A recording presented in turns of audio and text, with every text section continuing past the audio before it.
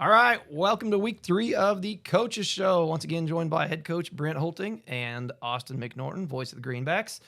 Big win last week, Brent, 28-14 over Heston. And we mentioned it on the broadcast. First time Pratt's beat Heston on Zerger Field, which amazed me to see that stat. Even though they were 8-2 going into that game against Pratt, which is probably a better winning percentage against Pratt if you've got a little bit of a portion of games. 10 or more games, I think they... I don't think you'd find anybody with a better win percentage of that. Right. So, what was the overall feeling coming out of that game? I was proud of our kids. I thought our kids battled all night. We were a little sloppy execution-wise. There were some things we didn't do, but, man, our effort all night was incredible. And I thought our kids rided the football. I thought they played just really, really hard. And, we talk about it all the time. If you make a mistake, make it going 100 miles an hour. And I thought our kids did that. I thought we made mistakes, but they made them playing so hard that sometimes good things happened. It was a physical game. Very physical. And Heston's a very good football team. They're a physical football team. They're athletic, very athletic. And obviously you saw that quarterback, he's poised, he can sling it. So it was a great win for our kids, good first step towards the league title, hopefully. So I was really proud of our kids. We're proud of our effort. It was a lot of fun. Huge crowd. It was awesome. It was a fun night. Yeah. Amazing. So kind of talking more even just about that crowd, you had so many things going on. The middle school was there, the little cheer squad, and then your youth football camp that you had, those kids were there.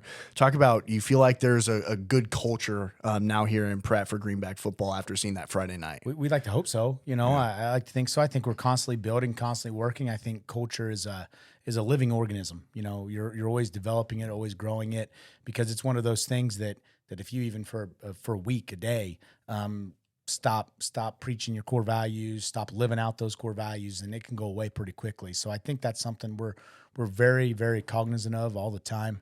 And we try to recognize how important it is to do the right things and then to imprint it. I think really helps our kids to see, when we went through the line, when we came off the field and gave all of them high fives. And I think that's fun. It's fun for our kids too. And those kids look up to them. Our kids have a blast. We send kids over to Southwest every Friday morning to that's put their always jerseys cool on. Seeing them when I'm dropping the kids off, seeing all the football players and Ribbert's out there sometimes. Oh, they have a blast. Yeah. And they have a blast. Love that. They come back, tell stories, talking about, just how many of them can jump on their back at once and chase them around. So it's a lot of fun. We want those kids, those younger generations, to look up to those kids. And we want our kids to understand that how big of role models they are in this community, and how far their reach extends, because it really does. And then also we want to get the next generation of Greenback football players excited and saying, man, I can't wait till I put that helmet on and that jersey on Friday nights and get to play under these lights. Yeah, well, 2-0 start's a good way to, continue that culture and start that off. A couple stats from the game. One of the things we talked about a lot going into that game was being able to establish those 10, 12 play drives and really chew up time, keep the ball on the ground, and do it error-free. And see if I can read this right. I had, 48 carries for 218 yards. That's a lot of time on the ground. And then Carson and Max combined for 6'11", 137, 426 all-purpose yards. But, I thought one of the big things was that just being able to control that clock and string long drives together. I thought that's huge. Anytime you have a quarterback like they have with the Ferrales kid, you want to keep him off the field. You want to keep him out of a rhythm. And I thought we did a really good. I thought the biggest drive, we didn't come out very well in the second half, but after they scored to get within 21-7, I don't know how many plays it was, but it was about a 9-minute drive. Yeah. And we just, continually we converted to fourth down, tons of third downs, 3rd and 1s, 3rd and 2s. We got ourselves in good position. 3rd and 1s, 3rd and 2s, hit a big pass play. And I thought that drive really, kind of cemented. It's tough to come back from down 21 and basically the third quarter was over. That was a huge response from our kids. 21-7, you have a 3 and out and it gets real dicey. And I thought that was a huge response from our kids and a big drive in the game. And that's where our physicality tends to, we want it to wear down on people in the second half. Coach, and then talk about your defensive performance as well. That's now back-to-back weeks. Now you get a shutout in week 1, and then you go against a really talented, just kind of athlete core in Heston with Proctor and Fry, and then Ferrales, of course. But, boy, you guys really got to the quarterback, and I think Proctor only had 2, maybe 3 catches the whole night. Talk about how incredible that defense was. Yeah, we now in the second half, we blew a couple coverages, and then we didn't tackle well on that last touchdown of theirs. I was very not happy about that. We got to finish things and get more physical, and then understand at that point in the game, the clock. There were 6 minutes left. We're up 28-7. The big thing we can't allow is big plays. Tackle, keep them in front of you, keep that clock running. So I thought we did a good job. We talked about, we had there was only 3 drives in the second half. Our first drive, which ended, and we kind of had some miscommunication there on the punt, and then they scored. But then after that, we went down and scored, and then got the ball back and basically, well, I guess we threw the interception. We had a long drive, about a 5-minute through the interception, then we got it back and milked the clock out. Mm-hmm. So we took a lot of time off the clock in the second half, and when you're up 21-0 and limit their possessions, obviously, your chances of winning are pretty good. So I was happy. I was happy with that. I was happy with how our defense got to the quarterback. I think we had 6 sacks. That's huge. Anytime you can put them in long down and distances. And then I think our stats they had 17 carries for -10 yards. Anytime you hold a team -10 yards rushing, you feel really good about that. Yeah, that's a good stat to hang your hat on. Yeah. You mentioned that punt that went a little bit awry. Do you mind talking about that a little bit about what happened there? We had one last year that kind of started the same way, but ended up being one of the bigger plays of the season. And this one, not so much, and could have been a big play in that game. Ultimately, on me, we call that. We tell them on the sideline, if you have a big running lane, and we think we can convert it. We were a little slow getting downhill. We were a little deep. On the snap, we want to be a little closer than that so we can press that line of scrimmage a little more on that rugby style. And we had the edge sealed, we thought, and we yelled go. There was some miscommunication. Our kids that sealed the edge thought we meant go downfield. Go downfield? Yes, and they let go of their blocks. We watched on film and we're like, man, if we had sealed, if we'd have kept that block, we thought we did. We had 20, 30 yards at least on that because there was nobody there. And that's kind of what we want on that look. If they're going to give us that, we just got to clean up our communication a little bit and understand that those edge guys got to understand that they're always blocking on the edge. We've got, between Johnny snapping for us and they can't touch the center, so he's a pretty big weapon to get down there with that rugby style. He's going to be there. And then, we got Grayson and them on the edge, Kirel. They're going to get down there. So those other guys, their job is to hold the edge. And we clean it up. We'll work on in practice this week. And so hopefully next time that situation comes up, we execute. I never noticed that Johnny was the long snapper. Didn't you say that's something that he wants to pursue after high school? Oh, really? Really good snapper. Yeah, he's a really good long snapper and extra points. And one time he can do it all. Yeah, he said, hey, "Man, I'm tired." I say, "Oh, you got to snap the extra point. You're fine. go snap it. You got one more play. We'll give you a breather." Coach, how big of a game was this for your team from kind of a mental aspect of saying that was a big win? Kind of put people on notice. There was a lot of talk coming into the game about how talented Heston was this year with their quarterback and some of their players to say, you know what, maybe the 2021 Greenbacks wasn't a fluke. Maybe this is legit and we're trying to repeat as CKL champions again. I'd be lying if I said our kids didn't take it personally, that we beat Heston last year and they got all the preseason pub and our kids got none. Mm-hmm. This group, they kind of thrive on that. They kind of have their chip on their shoulder because of that. And I won't tell you if we didn't take that a little personally Friday night, and all the bulletin board material never hurts. All the read ups, and not that Heston did it. They're a classy team, classy community, but it's just our kids were like, hey, what about us? We won the CKL last year. We beat them 36-7. But what about us? Mm-hmm. You're not talking about us at all. And I think that was kind of a chip on their shoulder. And this group's really good at that, rising up to the challenge when they get a chip on their shoulder. They're competitive.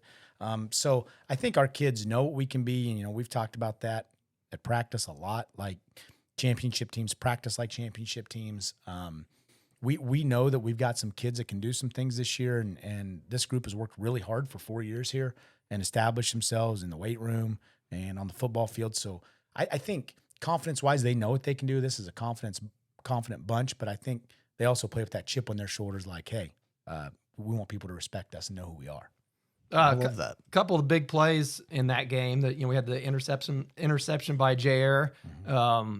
Had what fumble recovery did Tate have? I saw he was down for a fumble recovery. Was that on the kickoff? Is that the one he was getting credit for? Returning that opening kickoff? Yep. How big was that to get that opening kickoff? Yeah. Huge. And know that you got the ball in their territory to start the game. That's almost the threat of Adrian. They were so far back, he actually mishit that one, hit the ground. And, it's funny, he mishit it and still kicked it inside the 20 almost. That's how powerful his leg is, but he mishit that one. He was juiced up, it was his first big game he played in. So he mishit that, but they were wide, and that was a great job by, Jack Barker was right there, Tay was right there.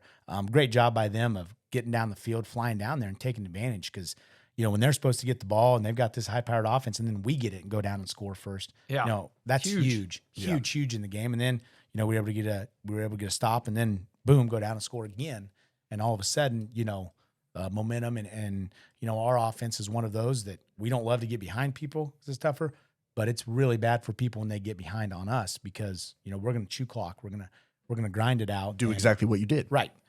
And so I thought that was huge to begin the game. Great special teams play. We always talk about how important special teams is to winning games, and that was a huge play. Speaking of special teams, did that kick from Adrian go through the field goal? It did not go through the field goal. Oh, it was so close. It was close. We went it was crazy. a line drive, but it went through the back of the end zone. It was right when I saw that thing, you can tell, when you've seen enough of those live, the velocity with that thing. Yep, that's gone. Yeah. Oh yeah. Oh yeah. It was a boom. Now, still speaking of kicks, that game started 2 minutes early. Oh, and it threw me for a loop because I kind of just wing everything anyway. But Austin was going crazy up there, and we missed that whole call. None of that call was on the radio. The kickoff, nothing. That game, there was 2 minutes left on the. I would blame that on Cody on the clock. It wasn't a good scene. It was on the scoreboard, and then all of a sudden it went from 2 minutes to 0 and kickoff. And I'll be honest. What's going on? Out there I was going to text you, but I didn't figure you'd respond. Oh man, probably not. I'll be honest. When they say, "Hey, let's play. Let's go get the kicking team out. Let's roll." Think about me, Coach. I have to start at 7 exactly. No, they're supposed to. I don't know what happened there. I didn't notice it. I'll be honest. I'd be lying if I said that I noticed it. We've already filed our complaints with Timish and Tolan and Keisha and whoever they pass that along to. Timish, really, just blame him. He wasn't even there, but we'll blame him. Another big play, the onside kick. I got to issue Easton an apology. It sounds like he heard my call. He was like in the weight room or something about. I said something about I would not have, if I had to pick out the hands team on anybody on the sideline. Easton would not have been on my lineup. I was listening to the radio broadcast between classes after Austin sent it to me, and that part just happened right when his class was right after my planning period. His class was walking down the stairs, and that part was on. I was like, oh my gosh, Easton, hey, I'm going to rewind this. You got to listen to this. So Easton, what? I apologize. And I said, well, they probably thought that because you dropped an interception earlier. He did. He did. Talk about his game because he was in the backfield so much. He almost had an interception. He got the onside kick. I think it's one of the best games I've ever seen from him. The best game. I think, in fact, Easton was our MVP this week. Okay. I thought he was fantastic. He was a wrecking ball all night.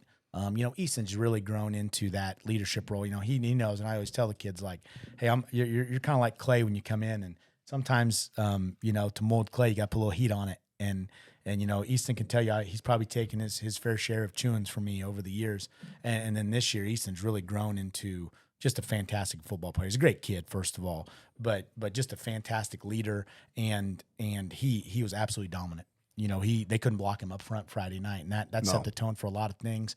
And then, if you watch him on offense, he was consistently getting movement on his guys. So Easton's a great kid, and he's worked his tail off, so he deserves everything that comes his way. But I thought he was just awesome on Friday night. Yeah. I'd put him on my hands team any day of the week. There you go. Definitely. As long as they're not kicking it over, 6-2 or something. Yeah. All right, so wrap up that game. Go 2-0. Now we're moving on to 3-game road stretch heading to Halstead. And Halstead, I can't tell who they are after they have a big win, Smoky Valley week 1, 42-40. And then, we thought, and they might still be good. I thought Smoky coming into the season was talked up to be a lot of seniors, be one of their more competitive seasons. So I was surprised to see that score. And then Halstead goes to Hoelting and gets completely shut out. So I don't know what to expect from Halstead, but what's this week been like? Preparing for him a little bit. They run a ton of stuff offensively. They give you a ton of different looks, do a lot of different things offensively. They got a new coach, and I'll say this: he's really got them playing hard for him. First year coach, Derek Reset. They're playing their tails off for him. They are a really, really hard playing team. I mean, that's the thing we've talked to our kids about. You better match their level of physicality and their level of effort because their backs run as hard or harder than any backs I've seen. Like they run really hard. Get downhill, and that score probably in the Hoelting game was a little deceiving. I mean, they moved the ball, they just didn't finish. First drive of the game, they got inside the 10-yard line, I think, and they just didn't finish it off. They moved the ball, and it was 7-0 at halftime. I mean, it was a competitive game. It's one of those that kind of got stretched out towards the end. They're a good football team. They don't quit. Smokey was up on them 2 touchdowns in the fourth quarter, and and they came back and won. They're going to come at you, and they're going to hit you in the mouth all night long. You know, they're a physical team, and like I said, their backs run really hard. They play really, really hard. They bought in to what he's selling over there, so they're going to be a challenge for us Friday night. It's going to be, you know, we're going to move from Heston to them, to Cheney, to Hoisington, to Smoky. I mean, we're going to have a string of really, really physical football games, and so we've got to be ready for it, and we got to strap up a little tight on Friday night. What is some of the challenges with that of going from back-to-back weeks of teams that like to use their skill position players and throw the ball quite a bit to now going against a Halstead team where Skylar Gear, their number one back, has 50 carries this season, over 250 yards of kind of that physical style that you like to play. Now you say, okay, now we got to go against our kind of brand of football. Yeah, and they'll spread you out too. I mean, like I said, they really do a lot of stuff offensively. They kind of base out of some what we would call flex bone type stuff, but then they'll get in the gun, spread out, and do some games there. They throw verts. They like to throw the ball deep. They're going to be a challenge, and I think that's good for our kids. I think that's good to be challenged like that, to be challenged mentally in a game. You know, to have to make sure your checks are right, to make sure we know what plays coming out of this formation. They are like you said, it's going to be who wins up front on Friday night. I mean, I think it's going to be really important. We've got to establish a line of scrimmage on both sides of the ball, and we feel good with our skilled kids can get in some space, and I think we've been really working. I don't think we got them in enough space on Friday night. I think we've got to work on getting them in more space. And then they're the same thing. They're going to come downhill at you. They're going to run really hard, and if you don't tackle well, they're going to break a lot of them. We went up to Heston on Monday for the JV game. What did we see there from some of the younger kids as far as their development and some of the ones that see some varsity time? How valuable is that, getting some of those young guys in a good JV game like that, heading into another physical game like Halstead? Man, I was really proud of our kids. Obviously I couldn't be there because it's too far away by the time we get done with practice. But, obviously I get lots of reports, and we were down 14-2 at halftime and came back and won 34-28. I know we sent Jack Barker, he plays a lot, and we sent him on defense, thought we'd give him some more defensive reps. And, he was flying around. They said Tay Wilson unofficially had like 250 yards rushing or something like that. We played him on offense because he didn't get as many snaps as I wanted him to get. We didn't play him defensively, but, played him offensively. And so I think that's important to build that winning culture down there. And we have a lot of young freshmen stepping up and playing big roles for us down there. Creston Poor, a bunch of those kids, a bunch of linemen. We shuffled around. We moved Ethan Steinmates down to line recently, and he's done a great job there. So I think anytime you can build that culture, especially a program like Heston, that's always good at every level. I think anytime you can win and build that culture of winning, I think success breeds success. And so I think we go out every Monday with the goal, like we want to go win Monday nights, because that's important. And I think it carries over eventually to Friday nights. Do you try in those JV games? Do you try any new wrinkles or test anything out, or are those strictly for pretty much those kids running the base package and them getting familiar with it? That not the time to test anything out. You always want to know if I got wrinkles coming. Yes. I feel like we want to have a heads up. I don't want to miss anything. No, I think the learning the basics. I think we focus on the fundamentals down there, learning the basics, doing stuff, and then we can add the wrinkles the older they get. But when we got the basics down, the wrinkles are easy to do. When you don't have the basics down, then you're going to struggle with everything. So there, it's really working on fundamentals, getting our footwork right, communicating, knowing where we're going, taking good paths to the ball, taking good paths to blocks. And I think we work on that a lot, make adjustments down there as we need to with kids, and kind of find out, our kids. And then there's some kids like, man, that kid's got to play on Friday nights. That's what you want. That's what you want to find on Monday nights.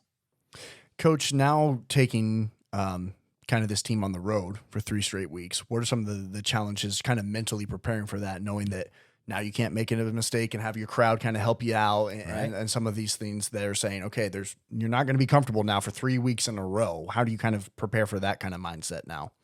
Well, I think you have to have the mentality. It's a business trip. Our kids know when we get on a bus, if I can hear them, it's too loud. And our kids do a good job with that. Like, we get on the bus and we're going there to go to work. It's not a joyride. We can have fun on the way home, but on the way there, we're there for business. When we get off the bus, we want people to know we're there for business. And we came there for one thing, and that's to win a football game. We didn't come there for anything else. And so I think you establish that mentality early on. And I think that's really important for your kids to know. We don't care where we play. We're going to go win. I think that's the mentality you have to have on the road.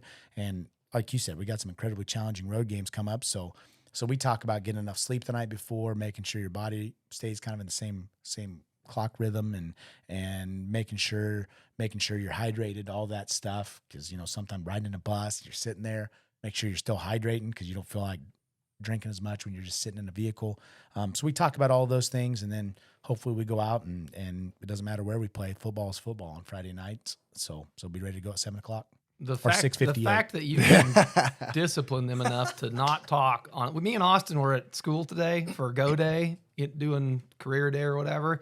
And I left there and I got home to Carrie and I said, "Is that what high school kids are like now?" It's like the inmates were running the asylum. It was a madhouse.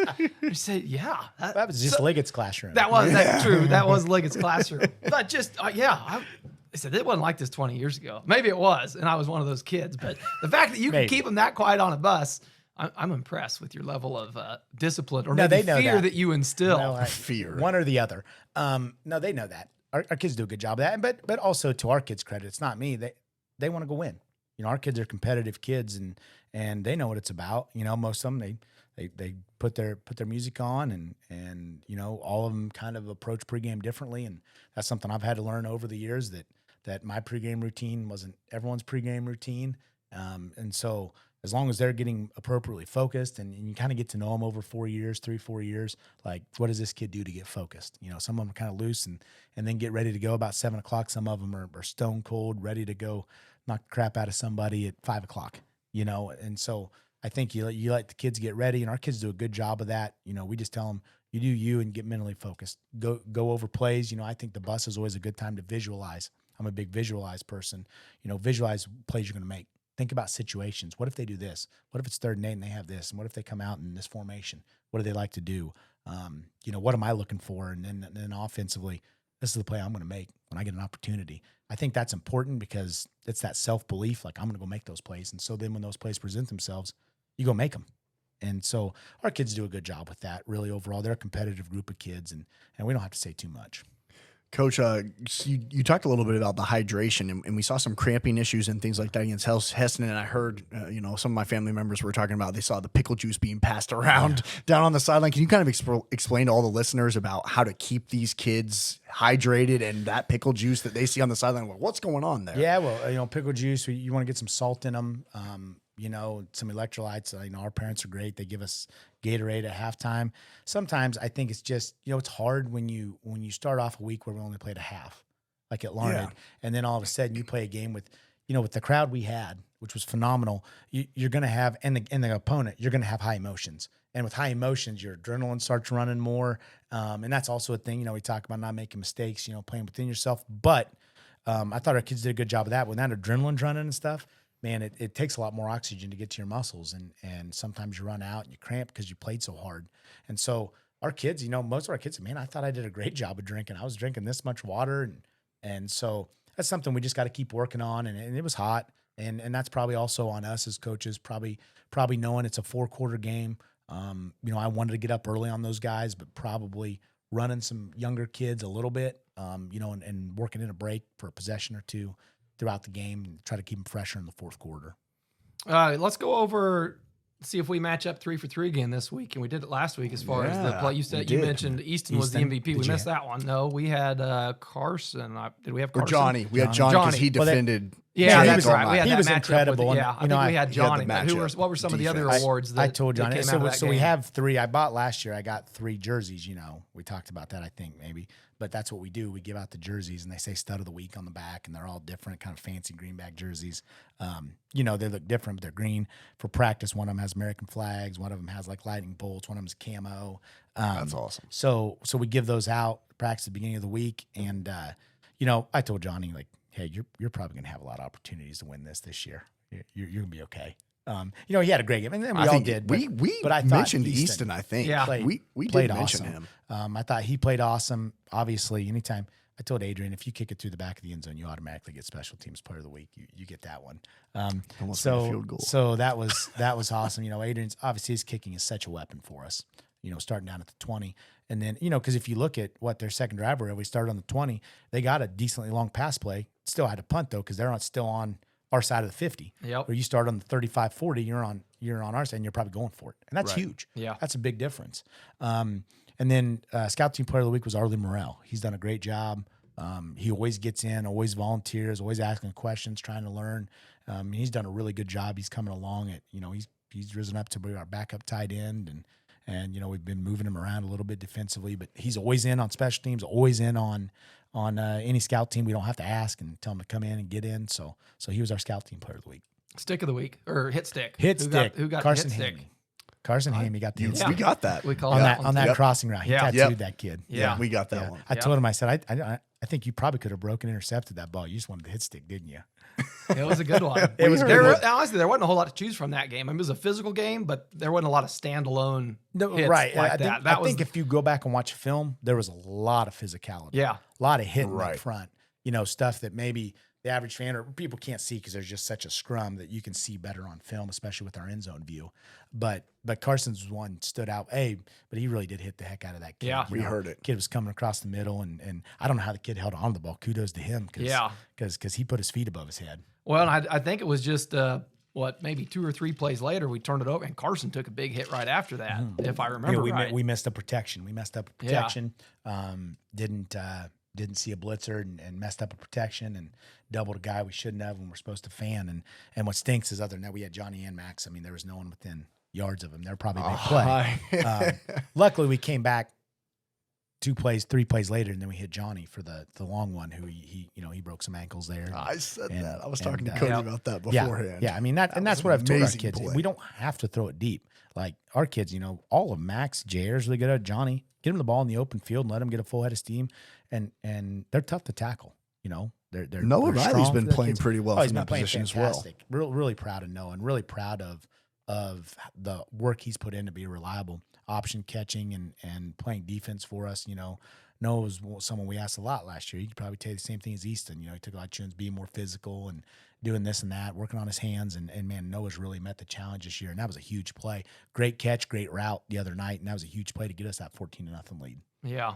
Is Noah a sophomore or junior? Okay, I couldn't remember. Yeah, if he was sophomore or junior. Yeah, great games. Enough of the serious stuff, though. We got some fun stuff to get to tonight, Brent. So this scares me. Well, I'm good, so happy. good. We like to put you on the hot spot. Yeah. We talked about happy Brent all night on the sideline, and it's time to happy Brent's a fun Brent. So, that's right. Yeah. Okay. First one. Now this one wasn't planned. This one, like you said, we were at the high school today.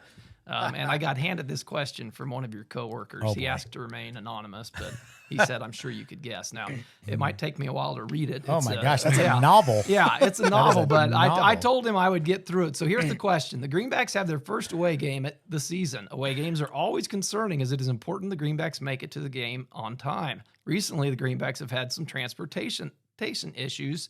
If, for some reason, the bus doesn't make it to Halstead tomorrow night, and the only people to make it are Coach Hoelting and Coach Tyler Strong, could those two take on the Dragons on their own?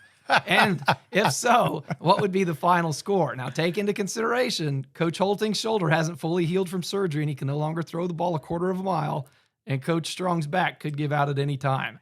My guess is Hoelting Strong 42, Halstead 0. Any thoughts on that? He's lowballing it. At least like 59-0. I mean, I ran out of breath reading that. I've got Tyler Strong blocking for me. I mean, what could go wrong? That's true. You have a lot of time. A back, a his foot, back going out. They're mere mortals versus Tyler Strong. Yeah. Right? He'll tell you that. Oh, yes, he will. Yeah. Yes, he will. As he should. Yes, right. he will. You should be able to brag about that. My gosh, that's fantastic. That's awesome. Okay, now for the next segment. You mentioned this got leaked to you. I'm did. going to have to find out who leaked It did this. get leaked to us. But they wouldn't tell me everything. Okay, well, good. Good. It was one of those, hey, did you get these questions? No, let me see them. No, you didn't get them. And they shut their computer, but it was too late. Good. We needed anonymity here for their sake. So no cactus drills on their part. Maybe. Yeah. Okay. So the format of this is a little bit like the newlywed style. I polled about 15 or 16 of your players, or whichever ones chose to respond, and they voted on the answers. So you've got to try to guess what they voted on, not necessarily what you think the answer would be. That's what they voted on. But what they voted on. So are you ready, Brent? We've even got a jingle for this. Are you ready? I like your jingles. Oh yeah. Yeah. All right. Here we go. First question of the night: Which player is most likely to oversleep early morning football practice?